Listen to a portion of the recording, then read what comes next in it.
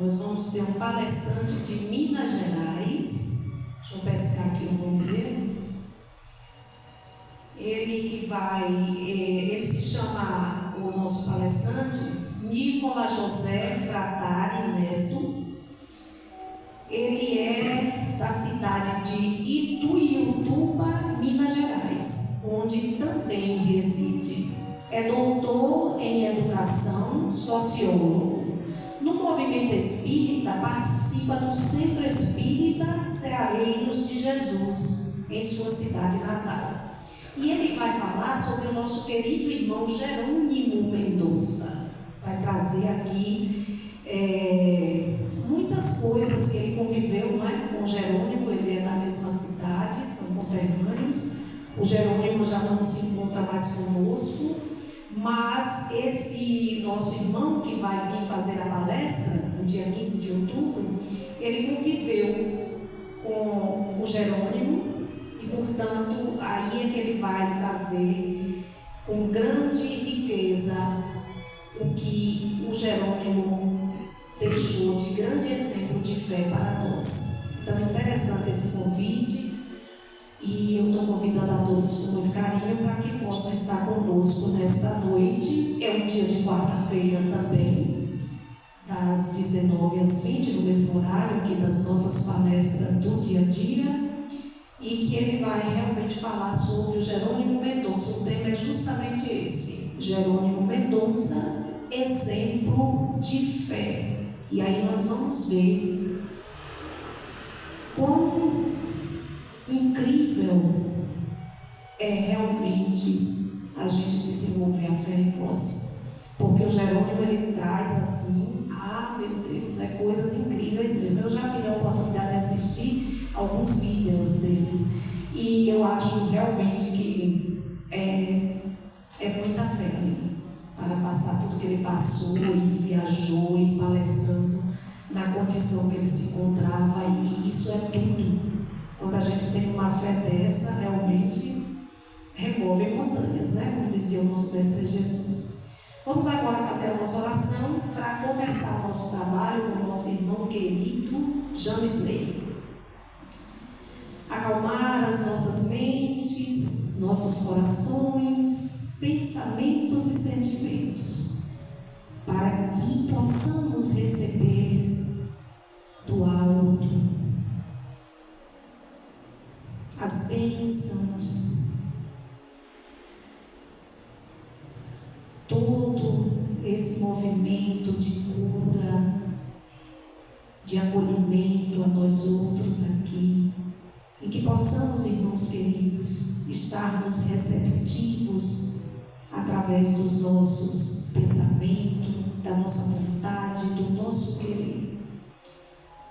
Que esse momento seja para cada um especial, como especial os nossos irmãos prepararam para nós.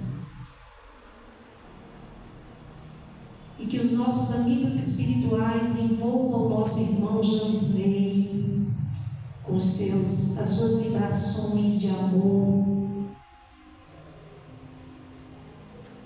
para que ele possa transmitir seus conhecimentos e esclarecimentos, suas reflexões, com toda clareza, com todo amor, como sempre. Que Deus nos ilumine e nos abençoe hoje e sempre. Paz, luz para todos, que assim seja. Então nós temos hoje o nosso irmão querido James Ney. Muito prazer que a gente recebeu você aqui. E o tema é: pedir ajuda é a melhor escolha. Vamos aproveitar. Eu acho que esse está melhor, está muito, né? Está esquisito. Muito boa noite, meus caros irmãos. Eu peço licença a vocês, porque hoje eu estou com uma tremenda dor na coluna. Então, eu peço licença a vocês para poder falar sentado. Há pouco mais de uma década, eu me encontrava na posição de diretor de qualificação de divulgação doutrinária da Federação Espírita do Estado da Bahia, e na qual, como diretor, eu era a pessoa que programava as palestras na sede da Federação Espírita. E uma digníssima amiga nossa me ligou pela manhã, no dia da palestra, e disse-me: James, infelizmente, eu não poderei comparecer para realizar a palestra. E eu disse-lhe que, infelizmente, eu não poderia substituí-la, porque eu estava com uma tremenda dor de dente. Ou melhor, era a véspera, era na véspera da palestra. E ela me disse: mas James, você tem que dar um jeito. Você sabe o que é uma dor de dente? Que mexe no cerne da nossa cabeça. Foi aí que eu tinha dito a ela que iria pensar que eu poderia melhorar. Acordei pela manhã, me lembro como hoje. O dente continuava latejando, era uma dor tremenda. E eu estava angustiado porque à noite eu teria que fazer a palestra e eu estava se eu iria ou não realizar a palestra.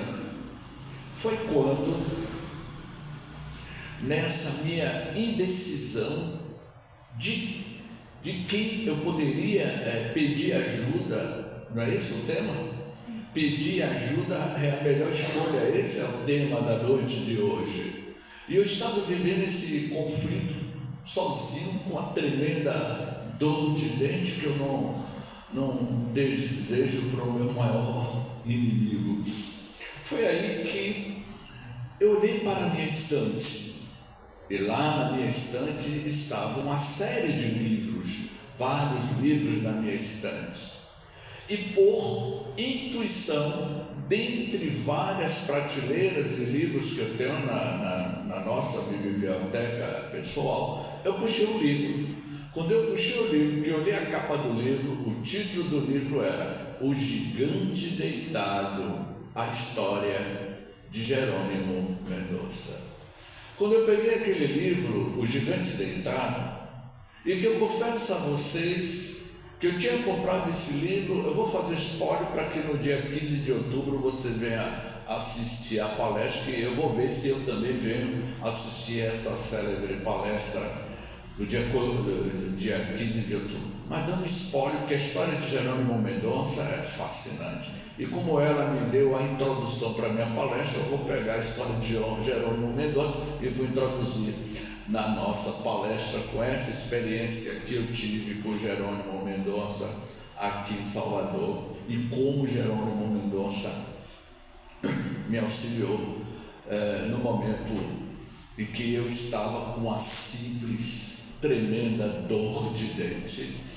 Eu tinha comprado esse livro já tinha algum tempo, muito tempo que eu tinha comprado esse livro, mas eu nunca tinha lido a história de Jerônimo Mendonça. Foi quando eu peguei o livro e li O Gigante Deitado,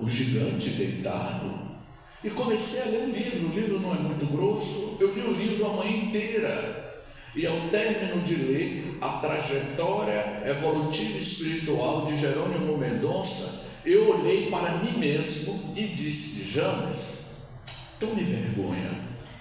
Jerônimo Mendonça, durante os 25 anos, ele desencarnou com 50 anos aproximadamente. Dentre os 50 anos, ele ficou 26 anos, 27 anos em cima da cama com Gina, e colocava 2 quilos de pacote de areia em cima do seu peito por conta da angina.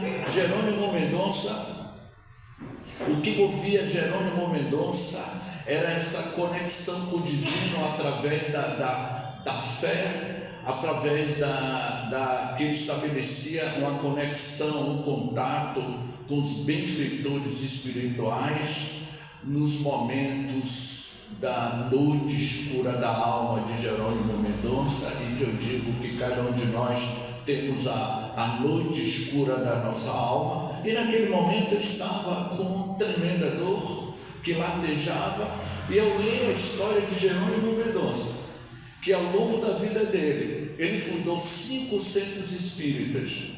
Ele saía, se eu não me engano, do Rio de Janeiro, foi para Goiás na década de 60, década de 70, ele saía de Kombi, porque ele era paralítico total, em cima de um colchão, dentro de uma Kombi, saía do Rio de Janeiro, ia para Goiás realizar palestra, até que um certo dia,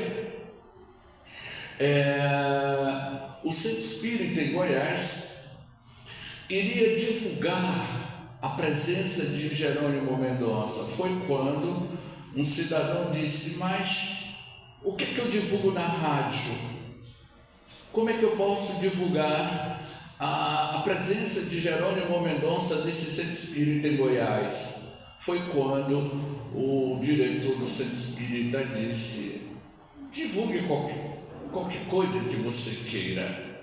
Então o cidadão foi para a rádio e disse: venha assistir no dia, eu vou colocar o dia 15 de outubro, venha assistir no dia 15 de outubro, eu vou adaptar, venha assistir no dia 15 de outubro no André Luiz, no Centro Espírita André Luiz, Jerônimo Mendonça, o que é coxo, o que fala em cima de uma cama, ele é todo estropiado, vem assistir a palestra do tetraplégico estropiado Jerônimo Mendonça.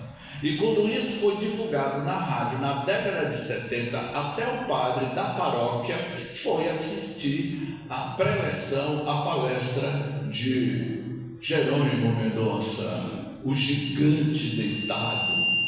E o que movia Jerônimo Mendonça era, ele pedia ajuda de quem? Dos benfeitores espirituais. Portanto, nessa nossa preleção de introdução para a nossa palestra de reflexão, ao terminar de ler o livro pela manhã, porque o livro é fino, eu disse: James, tome vergonha, vá fazer a palestra. E à noite, lá eu estava no auditório da sede da Federação Espírita do Estado da Bahia, com a tremenda dor de dente que latejava. Sabe quando o dente lateja? Está sentindo? O dente latejando, e eu falando com muito entusiasmo e dizendo: Jerônimo, tetraplégico em cima da cama. Ele falava com alegria e algumas pessoas diziam: mas Jerônimo, o que te move? O que te move é para que você sempre esteja alegre, feliz. E ele iria dizer: porque eu sempre estou pedindo, rogando ao Senhor Deus que me dê forças, me dê resignação para eu suportar a minha dor, alegria. Um certo dia, alguém perguntou: Jerônimo, você já foi casado? Ele respondeu: ainda estou casado. E como é o nome da sua esposa, Jerônimo Mendonça? Ele respondeu: o nome da minha esposa se chama Ador. Eu convivo com ela há muito tempo. A minha esposa se chama Ador. Mas o que te sustenta, o que nos sustenta, está lá no último capítulo do livro O Evangelho segundo o Espiritismo, de Allan Kardec. O capítulo 27, que vai exatamente dizer: pedi e obtereis, que o céu te ajudará. Pedir ajuda é a melhor escolha no momento das nossas dores, que era a história de Jerônimo Mendonça.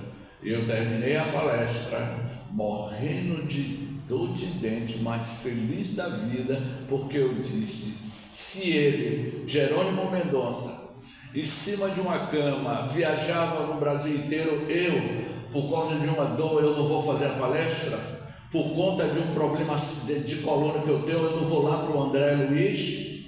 Então, busque ajuda do invisível, que o invisível vem ao seu socorro, mas essa conexão só ocorre quando nós usamos duas palavras poderosíssimas: a fé e a prece. E é exatamente isso que neste último capítulo Jesus vai nos apresentar as condições da prece para o fortalecimento das grandes provações, expiações que todos nós, ora, estamos vivendo. E quando orardes, vai dizer Jesus no capítulo de Lucas, e quando você pedir a oração, não haver de ser como os hipócritas, gostam de orar em pé nas sinagogas, oração apenas por orar, com palavras mortas, e nos cantos das ruas para serem vistos dos homens. Em verdade vos digo que eles já receberam a sua recompensa. Pedis que o céu te ajudará. E para você orar, você tem que se fazer uma pessoa pública, chamar a atenção das pessoas que você está orando, auxiliando, solicitando ajuda. Busque o templo sagrado dos vossos corações, do coração de vocês. Esse é o verdadeiro templo sagrado.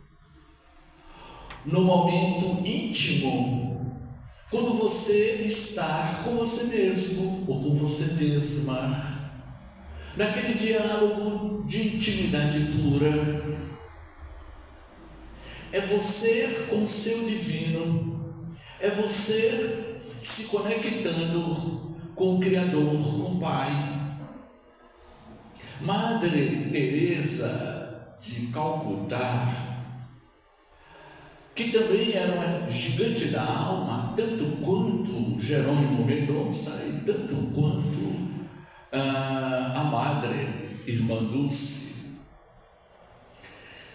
Essas figuras deram testemunha incontestável do poder da prece. E quando nós solicitamos ajuda do próximo, o próximo não é apenas aquele que está ao nosso lado, mas o próximo pode te auxiliar quando você busca outros mecanismos de solicitação. Quantos de vocês aqui neste auditório não recebem a intercessão divina do anjo da guarda? Quantas vezes já pedimos, rogamos ao nosso Espírito protetor, por favor, me ajude. E os Espíritos lhe auxilia através de alguém encarnado. Portanto, não precisa orar para chamar atenção. O templo sagrado dos vossos corações é o templo da tua intimidade, em que você estabelece a fortaleza da tua alma para o crescimento espiritual. Mas quando vos puserdes em oração, se tendes alguma coisa contra alguém, perdoai-lhe, para que também vosso Pai que está nos céus vos perdoe os vossos pecados, porque se vós não perdoardes também, vosso Pai que que está nos céus vos não há de perdoar os vossos pecados. Porque é vocês que nos assistem, que é responsável pelas suas ações, pelas suas atitudes. A lei divina do Criador, a justiça de Deus, Diana, não é? Está na tua consciência. Onde é que está escrita a justiça de Deus? Na nossa consciência. Você vai responder pelas suas ações, pelas suas atitudes. E essas duas mulheres notáveis, uma no continente asiático e a outra no continente sul-americano, e que tivemos a graça, satisfação de ter Maria Lopes Pontes reencarnado no bairro do Santo Antônio, ali no Carmo, aqui em Salvador, e que mais tarde seria conhecido como Irmã Dulce, o anjo bom da Maria, e que na década de 60 os soldados americanos não entendiam quem era aquela mulher gigante que chegava no aeroporto internacional 2 de julho, naquela época, e ainda continuo chamando 2 de julho, que é a data da independência da Bahia. Irmã Dulce, na década de 60, no aeroporto internacional 2 de julho, os cargueiros dos aviões norte-americanos aportavam ali no aeroporto, que vocês conhecem, trazendo macas, equipamentos hospitalares dos Estados Unidos para o Hospital Irmã Dulce, e aquela mulher pequenininha diante daqueles soldados americanos enormes, e ela dando ordem a todo mundo, até que um tenente disse: quem é esta freira que fala com tanta autoridade? O intérprete perguntou: Irmã Dulce. O comandante aí está perguntando de onde é que vem essa força soberana de você mandar em toda uma equipe de soldados americanos que estavam trazendo equipamentos hospitalar para o Hospital Irmã Dulce na década de 60, e ela ia dizer: o que me move, meu filho, o que me move é a força que eu tenho. Eu sou apenas um instrumento na mão de Deus, é a minha escolha. Quando eu peço a Deus, quando eu peço a nosso Senhor Jesus Cristo, Ele me atende. Irmã Dulce era essa gigante da alma, que não lhe faltava nada. Madre Teresa de Calcutá, no momento da sua maior crise, porque ela criou as missionárias da caridade em Calcutá, e na época Teresa de Calcutá estava passando por uma dificuldade financeira muito grande. Foi quando uma das suas missionárias da caridade não poderia mais ficar ao lado de Teresa de Calcutá, porque essa jovem inglesa que largou o luxo, largou a ostentação na cidade de Londres, porque essa freira das missionárias da caridade, e que aqui em Salvador tem lá na Massaranduba, eu já estive lá com as missionárias da caridade, ela disse: irmã, eu não posso mais continuar com você porque eu estou com problema de saúde, mas gostaria imensamente, Madre Teresa, de continuar ajudando as obras sociais que a senhora fundou. E Teresa de Calcutá iria responder: minha filha, aonde quer que você esteja, você poderá nos auxiliar de outra forma. E a jovem freira perguntou-lhe: como? Através da oração. Direcione o teu pensamento para o nosso trabalho social. Pedi ao Senhor Jesus que Ele vai lhe atender através das suas preleções, através das suas preces. Portanto, Teresa de Calcutá, Irmã Dulce e Jerônimo Mendonça, eles viviam constantemente pedindo ajuda a solicitação desses benfeitores espirituais. E nós estamos pedindo a quem? Podemos fazer uma associação, sim. Pedir ajuda é a melhor escolha para o nosso crescimento espiritual associado ao poder da fé. Onde é que está a nossa fé? Porque o que nós somos na terra, seremos no mundo espiritual. Era Natal de 1940. A colônia espiritual Nosso Lar. Uma colônia localizada na psicosfera espiritual do estado do Rio de Janeiro.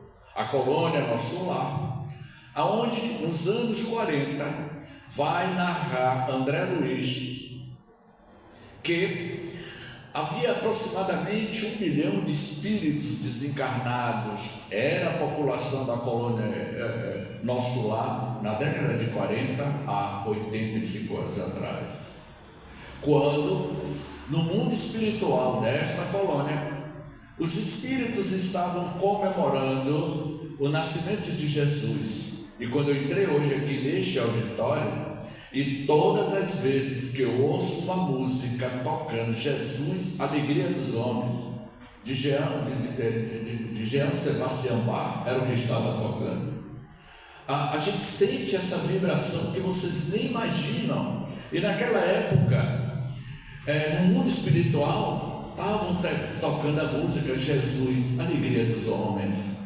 E André Luiz, em Nosso Lar, recebe a visita da sua genitora, da sua mãe, que também já tinha desencarnado há muito tempo.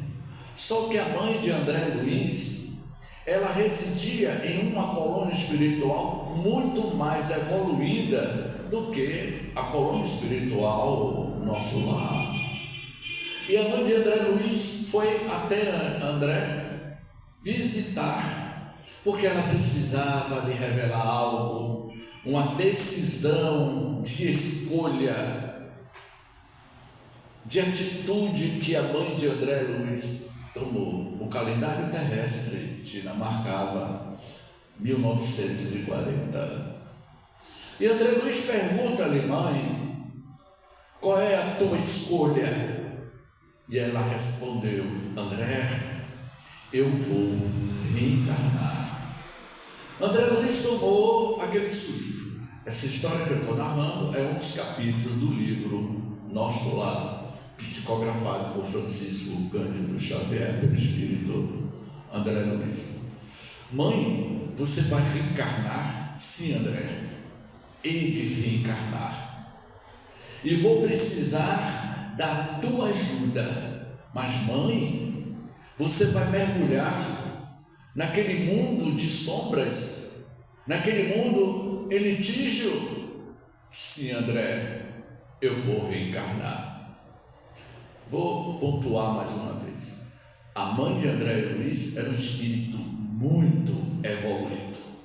Tanto é que ela pertencia a uma região espiritual muito mais iluminada do que a colônia espiritual Nosso Lar.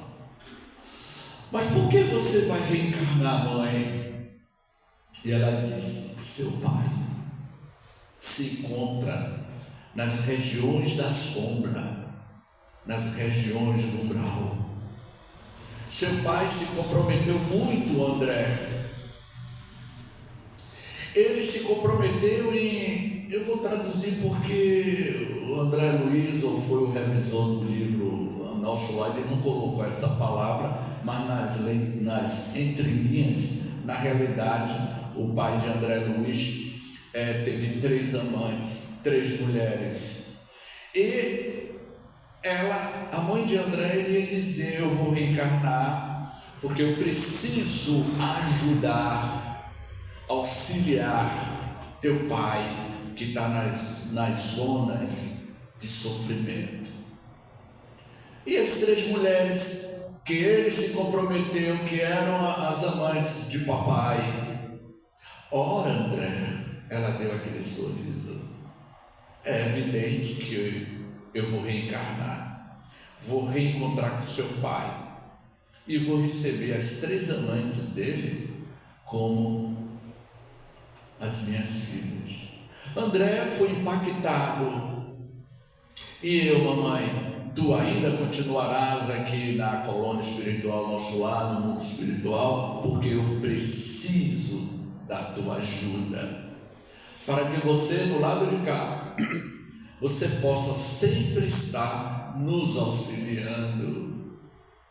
Porque quando você pede ajuda aos benfeitores espirituais, eles auxiliam. E ela reencarnou, minha amiga Tiana, em 1940 para 2025, são 85 anos de idade. Significa que a minha mãe nasceu, a minha genitora nasceu em 1940, ela ainda está viva, Dona Vonilda, o nome dela, a minha genitora soteropolitana. Portanto, dentro de uma lógica da matemática da reencarnação, se minha mãe nasceu em 1940, a mãe de André Luiz reencarnou em 1940, na mesma época que minha mãe reencarnou, e se ela disse que teria 3 filhos, e que mais tarde André Luiz poderia reencarnar ou ficar um período no mundo espiritual, portanto, a mãe de André Luiz, se estiver viva, ela está com 85 anos, e as 3 filhas, se ainda estiver viva, devem ter a minha idade, 64 anos, 63 anos. Pedi ajuda aos céus, que Deus te ajudará no teu processo reencarnatório. Fascinante história. Como nós somos auxiliados pelas forças soberanas do invisível. Na minha adolescência, eu me lembro que aos 18 anos eu comprei o meu primeiro automóvel, um Fusca laranja, e rodava as ruas de Salvador, não como hoje, mas na década de 80 Salvador não tinha essa movimentação toda. E era moda na época você colocar, me ajude aí, senhores universitários, aqueles negócios que a gente colava no vidro dos carros, como era o nome daquilo? Adesivos, sim. Estava na moda, eu achava que era moda, porque todos os carros, automóveis de Salvador tinham aquele adesivo, e aquele adesivo me chamou muita atenção. Eu disse assim, eu também quero ter aquele adesivo no meu automóvel. Eu era um jovem rapaz, que o adesivo dizia exatamente o que está aqui no título: pedir ajuda é a melhor escolha, e pedir ajuda à mãe é muito mais do que uma escolha. Então, um adesivo da década de 80 que circulou em Salvador, que é uma promessa paga por um beato católico aqui na capital baiana. Se ele alcançasse a graça, ele iria produzir não sei quantos mil adesivos e distribuir gratuitamente entre os carros de Salvador, cujo adesivo dizia: peça ajuda à mãe. Como é agora, né? Peça à mãe que o filho atende. Peça à mãe que o filho atende. Era exatamente isso. Lembra desse adesivo? Peça à mãe que o filho atende, porque o pedido de mãe, a rogativa da mãe. E aí eu achei lindo e coloquei no meu carro. E quando a minha genitora viu, James, colocou adesivo, minha mãe, estou entrando na campanha. E você já me pediu uma ajuda, gente, quando eu precisar, dona Vanilda, eu vou te pedir. Portanto, meus queridos irmãos, a força soberana da prece, da oração, é evidente que todos nós estamos constantemente, especialmente nesses dias atuais, mais do que nunca, precisamos solicitar das rogativas dos amigos espirituais para fortalecer as nossas lutas íntimas, porque cada um de vocês, cada um de nós, estamos tendo um diálogo íntimo. Eu indicaria o livro, eu acho que aí na biblioteca deve ter o livro, O Gigante Deitado, de Jerônimo Mendonça. Como nós estamos em setembro, né? Ainda tem mais de um mês, né? Eu vou ver se eu ver a palestra desse meu amigo. O livro, ele simplesmente mostra o tema que nós estamos falando hoje. É porque eu não quero entrar no tema do meu amigo, porque ele conviveu com Jerônimo Mendonça. Deve ter sido uma experiência impressionante. Então, qual é a ajuda que você está buscando?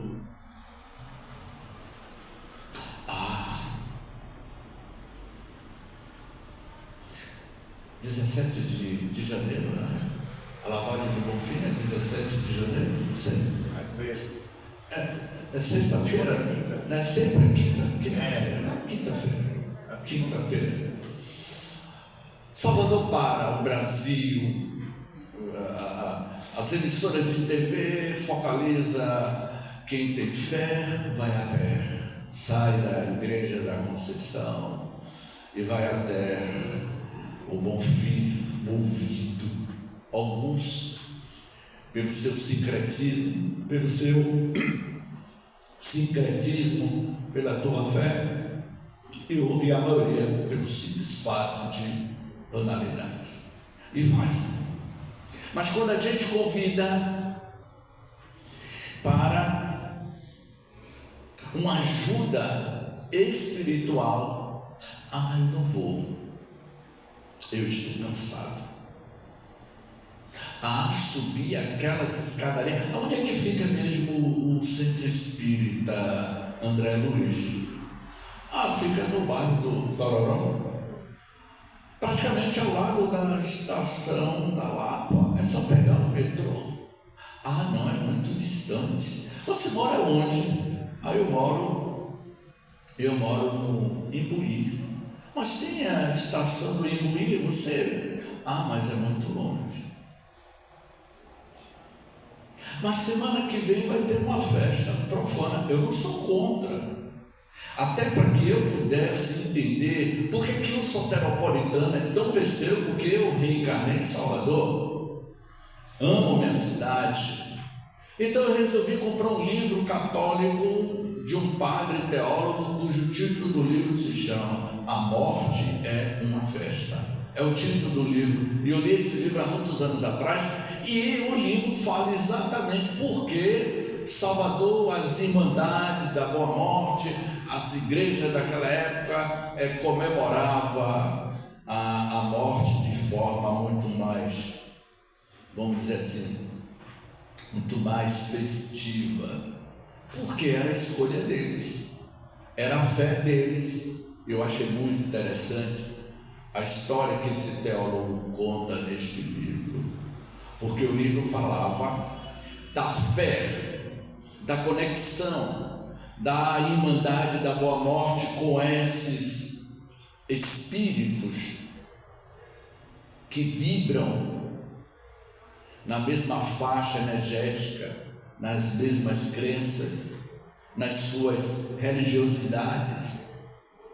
Portanto, meus queridos irmãos, que possamos refletirmos. Que tipo de ajuda estamos precisando? Já fizeram essa reflexão? Que tipo de ajuda estamos precisando? Pedir ajuda é a melhor escolha. O que pode ser bom para ela, para mim não é. Vou concluir. 3, como eu tenho uma boa memória, irmão, 3 de agosto de 2010,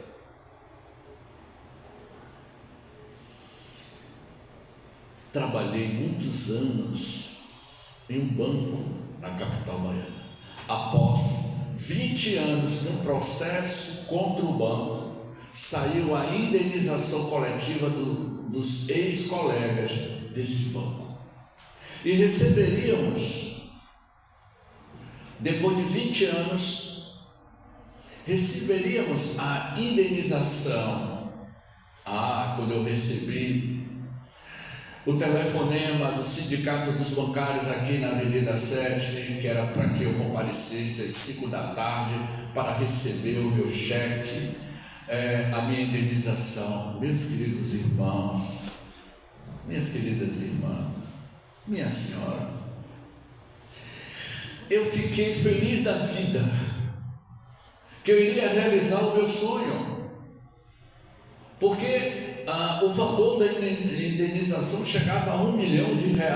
Gente, eu agora vou mudar de bairro, eu vou sair do bairro do Pau Miúdo e vou morar no alto do Itaigara, vou trocar de carro, vou comprar um carro bem melhor. Isso foi em 2010, 3 de outubro de 2010. Isso foi bem registrado na minha consciência, para que o James não esqueça. A minha experiência de vida certamente pode ser a experiência de cada um de vocês, porque você tem deveres, direitos e escolha. Antes de você reencarnar, você determinou qual vai ser a sua posição na Terra, minha senhora. E aí, os colegas, eu trabalhava já em outra empresa, e aí, gente, caramba, me arrumei todo, estava feliz, porque eu fiquei sabendo que era R$1 milhão a indenização entre os 20 ex-funcionários do banco. 20, aí eu fiz uma matemática, gente, vou realizar meu sonho, vou reformar o meu prédio. Aquilo que a gente fica construindo castelos. Me lembro como hoje, que na época ainda não tinha metrô. Saí do Jardim Armação, que eu trabalhava lá no Jardim Armação, e durante o percurso de carro eu fiquei imaginando: eu vou fazer isso, eu vou fazer aquilo. Não é isso que a gente faz? É ou não é? Quando eu cheguei na Avenida 7 de Setembro, no Sindicato dos Bancários, aí encontrei com ex-colegas de banco que eu já não via há muitos anos. E todo mundo feliz da vida, porque iria sair com cheque, porque naquela época, em 2010, não tinha o Pix. Se fosse hoje, seria a transferência do Pix. Mas naquela época ainda era o cheque. Aí encontrei com os colegas que trabalharam no mesmo setor, e aí fui chamando um por um: fulano de tal. Quando voltava, todo mundo feliz da vida, sacudindo o cheque, era só sorriso. E quando eu vi a minha colega que trabalhou no mesmo setor, feliz da vida, e aí eu dei uma olhada assim discreta para o checão dela, R$200 mil. Aí, minha senhora, eu fiquei feliz, porque ela era minha colega de setor. Se ela recebeu, eu olhei assim discretamente, porque ela não me mostrou, mas eu olhei assim discretamente: R$200 mil. 200 mil hoje ainda é dinheiro. Eu aí fiquei: vou ganhar 200 mil, fiquei imaginando um monte de coisas. E foi chamando, aí um chegava com 500 mil, E vale 200, 150 mil, 300 mil. Janisnei Souza da Silva, por gentileza, dirija-se ao balcão. Meus queridos irmãos, eu não vou levantar porque eu estou com a dor na coluna tremendo. Eu levantei. Eu estava tão feliz, meu Senhor. Quando eu cheguei lá na mesa, assine aqui. Era uma ficha que você tinha que assinar porque você recebeu o cheque. 2010 para 2025, quantos anos já tem? 15 anos. Pela primeira vez eu estou fazendo esse relato dessa minha experiência dentro do tema. Pedir ajuda é a melhor escolha. Quando eu cheguei lá para pegar o cheque, que ele me deu o cheque, eu assinei como recebido, estava lá no cheque o valor, R$5.000. Agora eu vou levantar. Eu vou levantar porque vocês deram risada.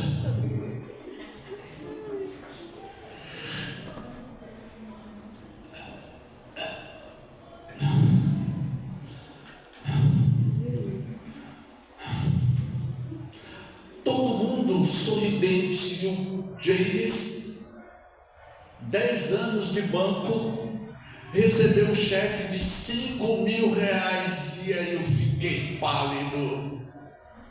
Todo mundo feliz.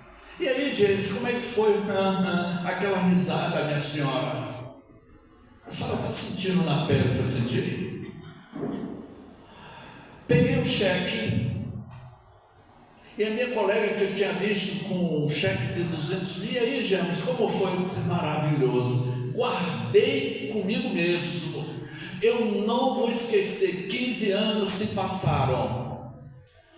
Ao sair da sede do sindicato, dobrei o cheque, coloquei no bolso. Quando eu estava andando ali próximo às Mercedes, era por volta das 8 da noite, as lojas já estavam fechadas e eu ouvi nitidamente a voz da minha consciência, ou era a voz do meu mentor espiritual, Padre Germano, que é o meu mentor espiritual, disse: meu filho, cada um recebe o que pediu. Eu pedi isso, pedi. Peguei o ônibus na estação da Lapa, em uma DP. Sabe o que é DP? O que fazer com 5.000? A voz: meu filho, cada um recebe o que merece. No outro dia eu fui no sindicato, no setor jurídico, e o setor jurídico calculou e disse: James, o valor que te cabe é esse valor mesmo, R$5.000. O que fazer? Foi aí que eu me lembrei daquele programa do Luciano Huck.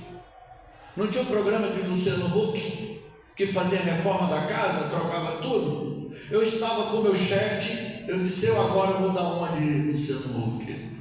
Vou pegar os meus R$5.000, que eram 2010, era até um valor bom.